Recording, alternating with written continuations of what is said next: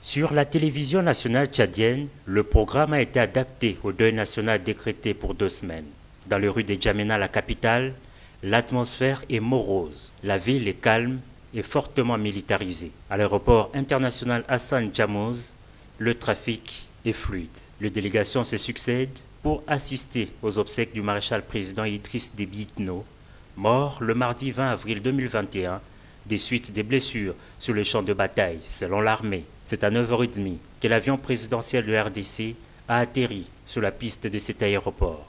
À son bord, le président de la République démocratique du Congo et président en exercice de l'Union africaine, Félix Antoine Tshisekedi Tshilombo, accueilli par le vice-président du Conseil militaire de transition, le général de division Djimadoum Tireyana et un comité restreint d'accueil de la République démocratique du Congo. Aussitôt accueilli, Félix Tshisekedi a été conduit à la place de la Nation au 2e arrondissement de la ville pour assister aux obsèques nationales. Dans la tribune, plusieurs chefs d'État et de gouvernement, une dizaine au total, parmi lesquels le président français Emmanuel Macron. 3 temps forts ont marqué la cérémonie.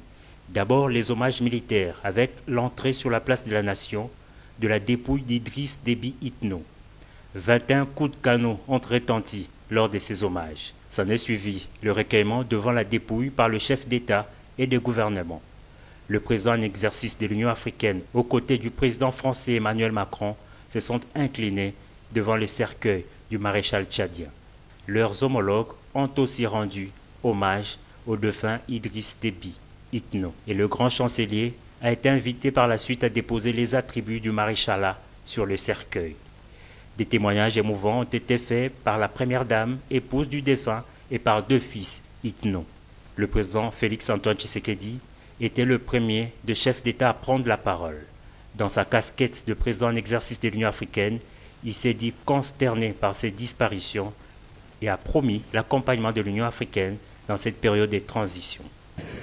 Puisse le sacrifice consenti par son Excellence, le président Idriss Déby Itno, cimenter votre unité et votre attachement aux valeurs démocratiques et constituer le terreau de l'essor et du développement de votre chère République.